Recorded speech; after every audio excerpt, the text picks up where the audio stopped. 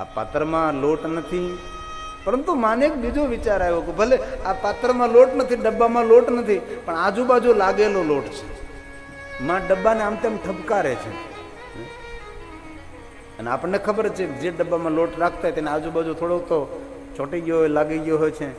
ડબ્બો ત્રાસો કરીને ઠપકારે છે, ખૂણામાં થોડોક એવો લોટ ભેગો થાય છે, અને એક કટોરીમાં લે છે, એમાં પાણી નાખે છે. માં લોટ અને પાણીને ખૂબ ઘોળે છે, ખૂબ મિશ્રણ કરે છે, અને દૂધ જેવું શ્વેત પ્રવાહી બને, સફેદ પ્રવાહી દૂધ જેવું. પણ માની આંખમાં આજે આંસુ છે, કારણ કે બાળક માગે ને માં ન આપી શકે ત્યારે એ માને દુઃખ બહુ થાય.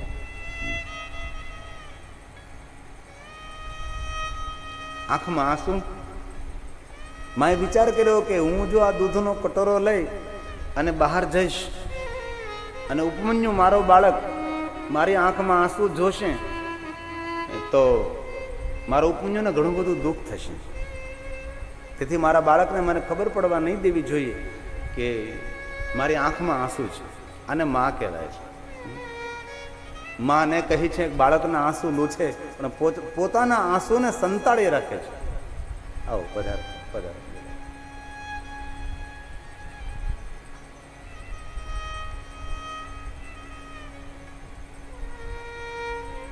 નથી આપણે કહેતા કે હાલરડું હાલરડું, એના શબ્દોનો અર્થ કોઈ સરસ મજાનો કર્યો.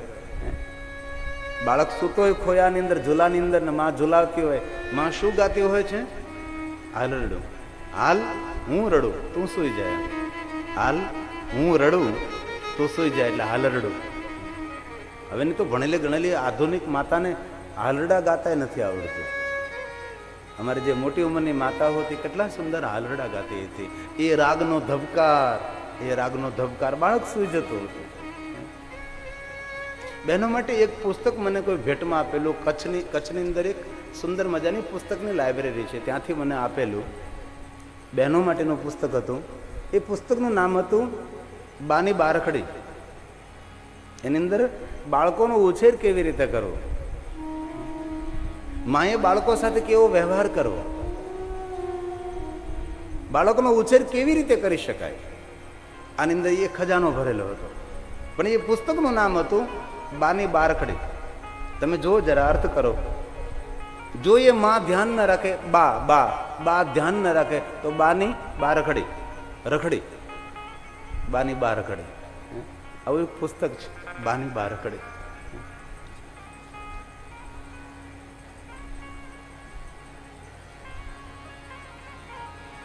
એકદમ સ્વસ્થ થઈ અને માં હાથમાં દૂધનો કટોરો લઈને આમ બહાર આવે છે. ઉપમન્યુ પૂછવા લાગે છે, માં હું તારી પાસે ક્યારનો દૂધ માગું છું, માં કેટલી વાર કરી, મામા પાસે તો મારે દૂધ માગવું પણ ન પડે, માગ્યા વગર મામા મને સવારમાં દૂધ પાય. અને માં તારી પાસે ક્યારનો દૂધ માગું છું તો મને દૂધ નથી આપતી, માં મને દૂધ આપને, મને દૂધ પીવાની આદત છે. ત્યારે માં કહે છે, બેટા થોડું ઘરમાં કામ હતું ને તેથી આમ તેમ હું કામ કરવા લાગી ગઈ, લે બેટા આ કટોરામાં વાટકામાં દૂધ છે, બેટા પી લે દૂધ. ઉપમન્યુ ધીરેથી માં તપસ્વીની દેવીના હાથમાંથી દૂધનો કટોરો લે છે, દૂધનો વાટકો મુખમાં મૂકે છે, એક ઘૂંટ ભરે છે. હવે આપ કહો, દૂધના સ્વાદમાં અને લોટમાંથી બનેલું દૂધ હોય એ સ્વાદમાં કાંઈક તો ફરક હોય કે નહીં? અરે હું તમને કહું, આપણે દૂધ આમ પીએ તો ખબર પડી જાય કે આ ભેંસનું દૂધ છે કે આ ગાય માતાનું દૂધ છે. દૂધનો સ્વાદ માણસ પારખી શકે છે.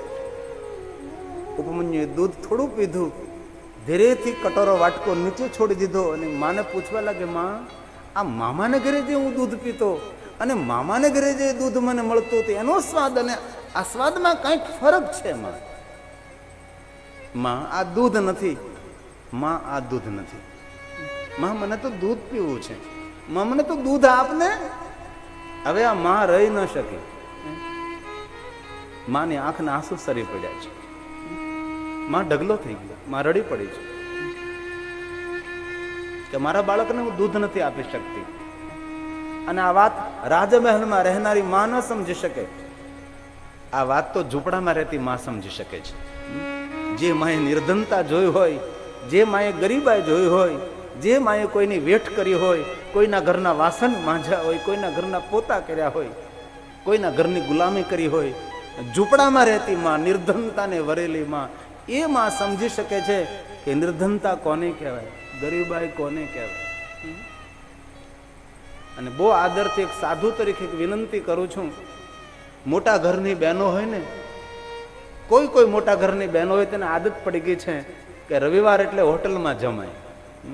મોટા ઘરની બહેનો હોય એમને આદત પડી ગઈ કે રવિવાર હોય એટલે હોટલમાં જમાય. ભલે તમે રવિવાર હોય ત્યારે હોટલમાં જમવા જજો, પણ મહિનાના 4 રવિવાર કે 5 રવિવાર હોટલમાં જમવા જતા હોય તો તેમાંથી 2 રવિવાર ઓછું જમવા જાજો. અને એ હોટલના જમવાનું જે બિલ આવે, પૈસા બચે ને, એ કોઈ નાના માણસોને મદદ કરજો ભલામણા. તમારા ઘરમાં પ્રકાશ થશે, તમારું સારું છે. આપણું એક રવિવારનું કુટુંબ પરિવારનું હોટલનું બિલ પેલા માણસનો 2 મહિનાનો ઘરનો ખર્ચો નીકળી જાય. 2 માસનો ઘરનો ખર્ચ નીકળે છે. અને આપણે કેટલું ખાઈ જાય છે, કેટલું હડપ કરી જાય છે. અને બને ત્યાં સુધી તો બહારનું માણસે ભોજન જ ન કરવું જોઈએ. આહાર શુદ્ધિ એ તો પહેલો નિયમ છે. કોઈ સાધના, કોઈ ભક્તિ માર્ગમાં પ્રવેશ કરો, કોઈ ઉપાસના કરવી છે તો પહેલું સોપાન છે આહાર શુદ્ધિ. તમે જુઓ, આપણા ઘરના વડીલો કોઈના ઘરનું પાણી ન પીવે, કોઈના હાથનું ભોજન ન કરે, આવા પવિત્ર માણસો હોય છે. આજ માં બહુ રડી પડે છે. ઉપમન્યુ પોતાના નાનકડા હાથ વડે માની આંખમાં આંસુ લૂછવા લાગે છે. માં, શા માટે તું રડે છે? માં, મારાથી કઈ બોલાઈ ગયું, મારાથી કઈ કહેવાય ગયું? માં, તું શા માટે રડે છે? પણ માં કેવી રીતે સમજાવે કે બેટા ઉપમન્યુ, આપણે નિર્ધન, આપણે દરિદ્ર. માં મૌન છે. અને ઉપમન્યુ આજે અધિકારપૂર્વક માને પૂછવા લાગે, નહીં માં, મને તું કહે, તું શા માટે રડે છે? માં સાંભળ, હું તારી આંખના આંસુ જોતો રહું, તું તારો પુત્ર કેવી રીતે કહેવા? માં, પુત્ર ધર્મ છે મારો. માં, તારા દુઃખને હું દૂર કરું. માં, મને તું કહે. એક નાનકડો ઉપમન્યુ પોતાની માની આંખમાંથી આંસુ લૂછતો હોય, એ ઉપમન્યુ કેવું રૂપાળો લાગતો હશે, એ ઉપમન્યુ કેટલો સારો દેખાતો હશે. રોજ તો માં પોતાના બાળકના આંખમાંથી આંસુ લૂછતી હોય, આજે ઉપમન્યુ માની આંખમાંથી આંસુ લૂછે છે. અને વર્તમાન યુગની અંદર આજનો યુવાન માની આંખના આંસુ લૂછે ને તો કોઈ વાંધો નહીં, પણ આંસુ પડાવે નહીં ને તોય મારા કોટી પ્રણામ છે. માને આંસુ પડાવે નહીં, માને આંસુ પડાવે નહીં. માં તો આપણા માટે મહાદેવ છે. માં તો આપણા માટે તીર્થનું સ્થાન છે. માંથી મોટા ભગવાન કોણ? અને મને ખૂબ આનંદ થાય છે. આજે કન્સ્ટ્રક્શનનું નામ છે એ શાંતિ કન્સ્ટ્રક્શન. માતાનું નામ છે, બાનું નામ છે, બાનું નામ છે, બાના નામ ઉપર છે. માતાની રોજ યાદ રહેતી રહે. શાંતિ માં નામ છે. મનસુખભાઈના માતુશ્રીનું નામ અમારે શાંતિબા છે. ઉપમન્યુ કહે છે, માં, મન તું કહે. પણ માં કેવી રીતે સમજાવે બેટા, અમે નિર્ધન, ગરીબાઈ, નિર્ધનતા અતિ ભયાનક હોય છે. ગરીબાઈ એક વાત યાદ રાખવા જેવી, भूखा पेट, खाली जेब और झूठा प्रेम आदमी को बहुत कुछ सिखाता है। एक तो झूठा प्रेम, खोटो प्रेम, भूखा पेट और खाली जेब आदमी को बहुत कुछ देता है। અને યાદ રાખજો, આ દુનિયામાં સુખમાં કોઈનું ઘડતર નથી થતું, ઘડતર તો દુઃખમાં જ થતું હોય છે. ઘડતર તો દુઃખમાં થતું હોય છે. સુખમાં માણસનું ઘડતર ન થાય, દુઃખમાં થાય છે. અને બાળકોને બહુ સુખ ન દેખાડવું, બાળકોને થોડા સંઘર્ષ કરવા દો. બાળકોને બહુ પૈસા ન દેખાડાય, બાળકોને બહુ બેંક બેલેન્સ ન દેખાડાય, તેને સંઘર્ષ કરતા શીખવાડો, તેને સંઘર્ષશીલ બનાવો.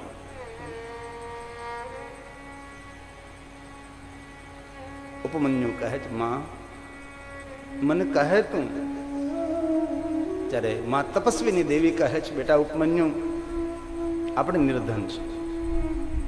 દૂધની ક્યાં વાત કરે બેટા, ક્યારેક ભોજન હોય, ક્યારેક ભોજન ન પણ હોય. બેટા ક્યારેક ખાવાનું મળે છે, ક્યારેક ખાવાનું નથી પણ મળતું. માં નિર્ધન, આ બેટા આપણી દરિદ્રતા છે, આપણી દરિદ્રતા છે.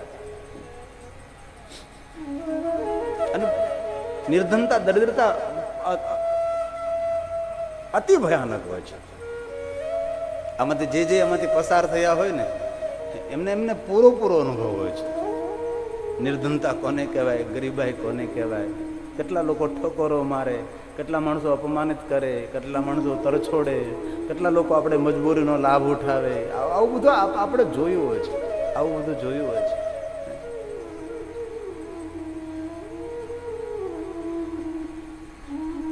એકવાર બારડોલી વિસ્તારમાં કથા હતી, તો બપોરે કથા પૂર્ણ થઈ, 12:30 વાગે. તો મને સાથે રસ્તામાં ભાતું આપેલું, એમાં બુંદીના ગાંઠિયા પણ આપેલા.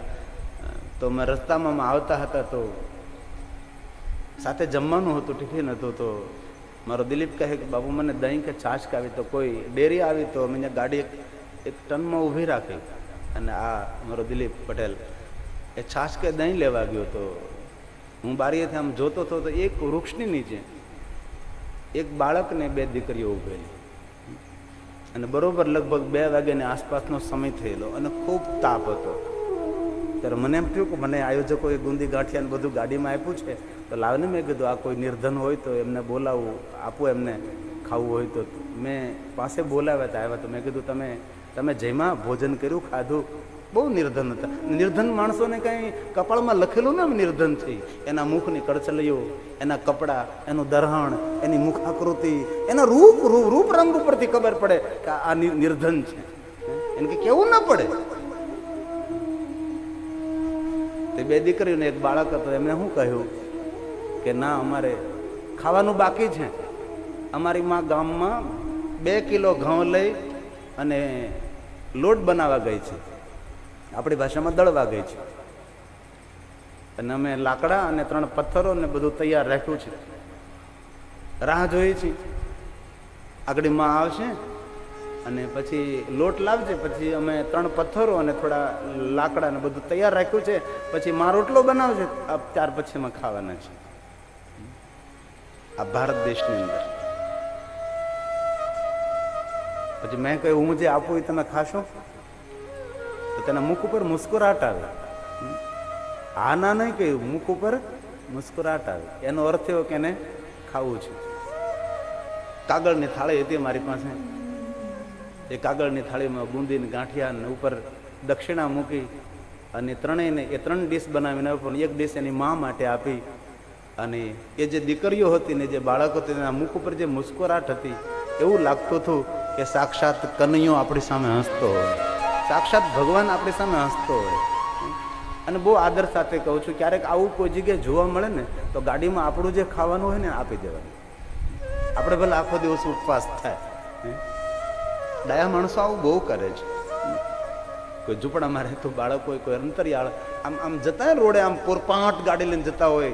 ગાડી પણ કાળી હોય, ગાડીના કાચ પણ કાળા હોય, ને ચશ્મા પણ કાળા પહેર્યા હોય, કાંઈ દેખાય જ નહીં આપણને. પણ ક્યારેક જો દેખાય તો ડામર પાથરોનું કામ કરતા હોય ને, એમના બાળકો પતરાના ઝૂંપડામાં પડ્યા હોય છે. ડામર પાથરોનું કામ કરતા આપણે સડસડાટ ગાડી લઈને જતા હોય, તો ક્યારેક ફુરસત હોય તો ધીમેથી ગાડી એક બાજુ રાખીએ, અને ગાડીમાં બિસ્કીટ હોય, કાજુ હોય, બદામ હોય, ઘણું બધું હોય. એ ડામર પાથરતા છોકરાઓ અને બાળકો બધા હોય, એને આપીએ તો ભગવાન ખૂબ રાજી થાય છે. એક માણસ અન્નપૂટના દર્શન કરવા માટે ગયો. દર્શન કર્યા, અન્નપૂટના ઘરે આવીને પાણી પીને સૂઈ ગયો. અન્નપૂટનો કયો અર્થ છે? આજ ઉપમન્યુ કહે છે, માં હું શું કરું તો ઘરની નિર્ધનતા જતી રહે. માં મને તું કઈ માર્ગદર્શન કર ને. ત્યારે બહુ સરસ માં તપસ્વીની દેવી બોલે છે, બેટા નિર્ધનતાને દૂર કરવી હોય ને, ગરીબાઈને દૂર કરવી હોય ને, તો ભજ સાંભ સદા શિવ. શંકર ભગવાનની સાધના કરે બેટા, જા મહાદેવનું આરાધન કર, ભજ સાંભ સદા શિવ. જપે પંચાક્ષરમ, જપે પંચાક્ષરમ. જા બેટા શંકરની સાધના કર. મહાદેવ એક એવો દેવ છે, નિર્ધનતાને દૂર કરે, દરિદ્રતાને દૂર કરે, રોગને દૂર કરે, શોકને દૂર કરનારો દેવ શંકર છે. જા ભગવાન મહાદેવનું તો ભજન કર, ભગવાન શંકરના શરણે જા. જા બેટા ઉપમન્યુ. હવે ઉપમન્યુ જાય છે, માં મને તું આશીર્વાદ આપ કે શંકર મને મળે. માં પ્રેમ અને હેત ભરેલો હાથ ઉપમન્યુના મસ્તક ઉપર મૂકે છે અને કહે છે કે જા બેટા, ભગવાનને પ્રાર્થના કરું છું, તને ભગવાન મળે, તને ભગવાન મળે. આ ઉપમન્યુ તપ કરવા માટે તૈયાર થાય છે. હવે માં કહે છે ધ્યાન દેજો. માં તપસ્વીની દેવી કહે છે બેટા ઉપમન્યુ ધ્યાન આપજે. તો શંકર ભગવાનનું ભજન કરવા જા છે, તો મહાદેવનું તપ કરવા માટે જા છે. મહાદેવનું ભજન કરે, એક વસ્તુ યાદ રાખજે બેટા, અન્ય કોઈ દેવતા તારી સામે પ્રગટ થાય ને દેવતાઓ કોઈ એમ કહે તું માગ, તો કોઈ દેવતાઓ પાસે માગતો નહીં. ઉપમન્યુ યાદ રાખજે, માગને તો મહાદેવ પાસે માગજે, કારણ કે દેવતાઓનું આપેલું જતું રહે છે, પણ મારા મહાદેવનું આપેલું જાયતે નાત્ર સંશય. इसमें કોઈ સંશય નહીં. શંકર જે આપે છે નિત્ય રહે છે. તેથી ઉપમન્યુ યાદ રાખજે બેટા, માગને તો શંકર પાસે માગજે, માગને તો મહાદેવ પાસે માગજે, અન્ય પાસે માગતો નહીં તું, શંકર ભગવાન પાસે. ભલે માં તારા આશીર્વાદ. આ ઉપમન્યુ નિર્ધનતાને દૂર કરવા માટે, દરિદ્રતાને દૂર કરવા માટે માના આશીર્વાદ લઈ અને શિવનું તપ કરવા નીકળે છે. ઉપમન્યુ કોણ છે એની ઓળખાણ તમને અપાવું છું. કૃષ્ણજીના ચરણમાં બેસીને મંત્રી વિદ્યા, ક્રિયા વિદ્યા, શાંભવી વિદ્યા જેને પ્રાપ્ત કરી છે, કૃષ્ણે જેના માર્ગદર્શન રીતે શંકરનું દર્શન કર્યું, માં પાર્વતીનું દર્શન કર્યું છે, એ ઉપમન્યુ કોણ છે? દ્વારકાધીશ જેના ચરણોમાં બેસીને વિદ્યાઓ મેળવે છે, એ ઉપમન્યુ, એ ઋષિ. એનું મૂળ કોણ છે? દ્વારકાધીશ કૃષ્ણ જેના ચરણોમાં બેસીને વિદ્યા મેળવતો એ સાધુ કોઈ નાનો હોય? એ ઋષિ કોઈ સામાન્ય હોઈ શકે નહીં. આજે ઉપમન્યુ જાય છે ઘનઘોર જંગલ, અગ્નિને પ્રગટ કરે છે, અગ્નિકુંડની સામે બેસી જાય. હે મહાદેવ, હે મહાદેવ, ઓમ દારિદ્ર દુઃખ દહનાય, ઓમ નમઃ શિવાય, ઓમ દારિદ્ર દુઃખ દહનાય, ઓમ નમઃ શિવાય. મારી નિર્ધનતા દૂર કરો, મારી નિર્ધનતા દૂર કરો. કઠિન તપ ઉપમન્યુજી કરે છે, કઠિન તપ. મહાદેવ મહાદેવ મહાદેવ મહાદેવ. શંકરને કૈલાસમાં અવાજ સંભળાય છે. કોણ મને યાદ કરે છે? ઓમ નમઃ શિવાય. મહાદેવ નથી, મને કોણ યાદ કરે? મહાદેવ મહાદેવ મહાદેવ. ઓમ દારિદ્ર દુઃખ દહનાય, ઓમ નમઃ શિવાય, ઓમ દારિદ્ર દુઃખ દહનાય, ઓમ નમઃ શિવાય, ઓમ નમઃ શિવાય, ઓમ નમઃ શિવાય. ભગવાન શંકર કૈલાસમાં જાગે છે, દૂર દ્રષ્ટિ કરે છે. શાંતાકારમ શિખર શયનમ નીલકંઠમ સુરેશમ શિશમંદાગ્નિધારી બાલચંદ્ર ત્રિલોચન નાગેન્દ્ર હરા વાસુકી કંઠભૂષણમ પન્નગ ભૂષણમ. શંકર દૂરથી જોયે, ઓ ઉપમન્યુ મને યાદ કરે છે. શંકર આજ કૈલાસને છોડી, શિવલોકને છોડીને ઘનઘોર અઘોર જંગલમાં આવે છે. દૂરથી જોવે છે, ઉપમન્યુનું તપ જોવે છે. ધન્ય છે ઉપમન્યુ. આવું કઠિન તપ, કઠિન સાધના. ઓમ નમઃ શિવાય, ઓમ નમઃ શિવાય, ઓમ નમઃ શિવાય. શંકર ભગવાનને થયું આજે ઉપમન્યુની સામે પ્રગટ થાવ. ઓ ન ઉપમન્યુ જે માગે તે વરદાન આજ આપો. ભગવાન શંકર ઉપમન્યુને દર્શન આપવા જાય છે, પરંતુ મહાદેવજીને થયું કે ઉપમન્યુની થોડી પરીક્ષા કરું, થોડી કસોટી કરું. આ દુનિયામાં કોઈ વસ્તુ સીધી સીધી નથી મળતી ભાઈ. કોઈ કસોટી, કોઈ પરીક્ષા, કોઈ સંઘર્ષ, કોઈ સંઘર્ષ. અને યાદ રાખવું, જે માણસો સંઘર્ષથી ડરે છે ને એ માણસો કોઈ દિવસ સફળ નથી થતા. હસતા હસતા સંઘર્ષનો સ્વીકાર કરે છે તે માણસો કોઈ પણ કાર્યક્ષેત્રમાં સફળ થાય. હર કોઈ ક્ષેત્રમાં સંઘર્ષ છે. અરે જીવન એક સંઘર્ષ છે. અરે જીવન એક યજ્ઞ છે. અરે જીવન એક સાગર છે. તો દેખો જીવન એક સંઘર્ષ છે તો એમાં ઘાવ પણ છે. કારણ કે સંઘર્ષ હોય ને ઘાવ હોય છે. જીવન એક સંઘર્ષ છે તો તેમાં ઘાવ છે. જીવન એક યજ્ઞ છે તો તેમાં જ્વાલા છે. જ્વાલા જ્વાલા અગ્નિ. જીવન એક સાગર છે તો તેમાં તોફાન છે. તેમાં તોફાન છે. તેમાં તોફાન છે. જીવન એક સાગર છે. જીવન એક યજ્ઞ છે તો તેમાં અગ્નિ છે. જીવન એક સાગર છે તો તેમાં તોફાન છે. જીવન એક સંઘર્ષ છે તો તેમાં ઘાવ છે. તેમાં ઘાવ છે. સંઘર્ષ વગર ભલા ક્યાં સિદ્ધિ. મારો મહાદેવ આજે ઉપમન્યુની કસોટી કરે છે, પરીક્ષા કરે છે. ઇન્દ્રનું રૂપ લે. તમે જો તો ખરો, ઇન્દ્રનું રૂપ લે છે. શંકર ઇન્દ્ર બને, દેવરાજ ઇન્દ્ર.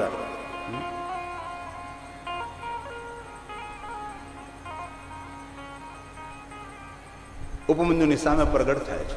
હે ઉપમન્યુ, હું દેવતાઓનો રાજા ઇન્દ્ર છું, દેવરાજ ઇન્દ્ર. વરદાન માગો, ધન માગો, વૈભવ માગો, સંપત્તિ માગો. તમે જે વરદાન માગો એ હું તમને આપું છું. હું ઇન્દ્ર છું, દેવતાઓનો રાજા છું. ઉપમન્યુને એ જ ટાણે માની વાત યાદ આવે છે. મારી માતાએ મને કહેલું છે કે માગને તો ભગવાન મહાદેવ પાસે માગજે. અન્ય કોઈ દેવતા તારી સામે આવે તો તેની આગળ તું માગતો નહીં. ઉપમન્યુએ કહ્યું છે, ઇન્દ્ર દેવતા, મારા પ્રણામનો સ્વીકાર કરો. આપનું દર્શન મને થયું છે. હવે મને એવું લાગે છે કે આપનું દર્શન મારા માટે શુભ છે. આપનું દર્શન મારા માટે એક શુભ સંદેશ રહેલો છે. હવે મને એવું લાગે છે કે હવે મને મહાદેવ મળે છે. હવે મને ભગવાન શંકર મળે છે.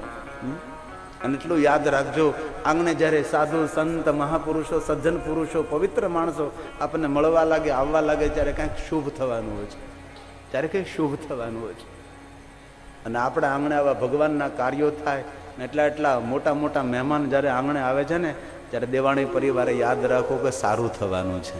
બહુ મોટું મોટું શુભ થવાનું છે. બહુ બહુ સારું થવાનું છે. ભલામણ કોણ કોને આંગણે જાય, કોણ કોની પાસે જાય. ઉપમન્યુ કહે છે, ઇન્દ્રદેવ, મને એવું લાગે છે કે મારું શુભ થવાનું છે, કારણ કે આપનું આગમન એ મારા માટે શુભ સંકેત છે. પરંતુ ઇન્દ્રદેવ, મારા પ્રણામનો સ્વીકાર કરો. આપ, મારી માતાએ મને કહ્યું છે તું માગને તો શંકર ભગવાન પાસે માગજે, અન્ય કોઈ દેવતાઓ પાસે નહીં. તેથી ઇન્દ્ર, મને ક્ષમા કરજો, હું તમારી પાસે નહીં માગી શકું. હું તો શંકર ભગવાનનો ભક્ત છું. હું તો મહાદેવનો ભક્ત છું. માગું ને તો મહાદેવની પાસે માગું, આપની પાસે ન માગું. આપનું દર્શન મારા માટે શુભ છે. ઇન્દ્ર વારંવાર કહે છે, અરે કઈ વરદાન માગો, હું તમને આપવા માટે આવ્યો છું. શંકર પાસે શું રહેલું છે? શંકર તો શમશાનમાં રહે છે. શંકર તો મોટા મોટા સર્પ પહેરે છે. શંકર તો વૈરાગી છે. એ આપને શું આપે? મારી પાસે માગો, ધન સંપત્તિ વૈભવ આપું. ઉપમન્યુ કહે, ઇન્દ્રદેવ, મને ક્ષમા કરો, હું માગું તો મહાદેવની પાસે માગું. વારંવાર કહે, ઉપમન્યુ એકવાર તો માગો. ત્યારે ઉપમન્યુજી હવે વિવેકપૂર્ણ કહે છે, ઇન્દ્રદેવ, મને ક્ષમા કરો, આપ મારા તપમાં વિક્ષેપ ન કરો. હું શિવનો ભક્ત છું. માગું તો મહાદેવની પાસે માગું, અન્યની પાસે ન માગું. આપ અહીંથી જતા રહો. તો પણ વારંવાર ઇન્દ્ર કહે, અરે કાંઈ તો વરદાન માંગ. તને ધન જોઈએ છે, તને વૈભવ જોઈએ છે. ઇન્દ્રદેવ, આપ જતા રહો. તો પણ વારંવાર કહે છે. ત્યારે હવે ઉપમન્યુ કહે છે, ઇન્દ્રદેવ, હવે છેલ્લી વાર તમને કહું છું, આપ અહીંથી જતા રહો ને. મને તપમાં શા માટે વિક્ષેપ કરો છો? આપ જાઓ.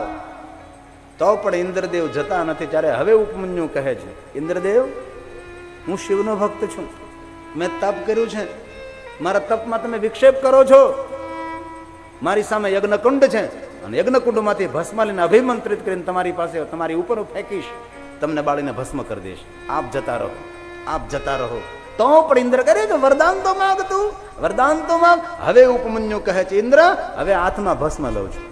હવે ઉપમન્યુજી હાથમાં ભસ્મ લે છે, હજી એક વાર તક આપે છે કે હે ઇન્દ્ર, આપ જતા રહો, મારા હાથમાં ભસ્મ છે, અભિમંત્રિત કરું છું, હું તમને બાળીને ભસ્મ કરીશ, હું શિવનો ભક્ત છું, માગું તો મહાદેવની પાસે માગું, ઇન્દ્ર આપ જતા રહો. તો પણ અરે ઉપમન્યુ એકવાર તો માગ. હવે ઇન્દ્રદેવ જતા નથી ત્યારે હાથમાં રહેલી ભસ્મ એને અભિમંત્રિત કરી અને જ્યાં ઇન્દ્ર ઉપર ફેંકવાની તૈયારી કરે છે, ઇન્દ્રના રૂપમાંથી ભગવાન શંકરનું પ્રાગટ્ય થાય છે. ઉપમન્યુ બેટા, હું તારી પરીક્ષા કરતો હતો, હું તારી કસોટી કરતો હતો કે તને મારા ઉપર કેટલો ભરોસો છે, તને મારા ઉપર કેટલો ભરોસો છે. ઉપમન્યુ, પૂર્ણ પ્રસન્ન છું બેટા, વરદાન માગ, વરદાન માગ, વરદાન માગ. ભક્ત બિના તે પ્રથમ પીડાના અનગઢ સંકટ તેને પડ્યા. જેટલા જેટલા ભક્તો થયા છે તેના પર દુઃખના ડુંગરા તૂટી પડ્યા. ભલામણા મારા યુવાન ભાઈઓ બહેનોને મારી પ્રાર્થના છે, મહાપુરુષોના જીવન ચરિત્રનો વાંચવા.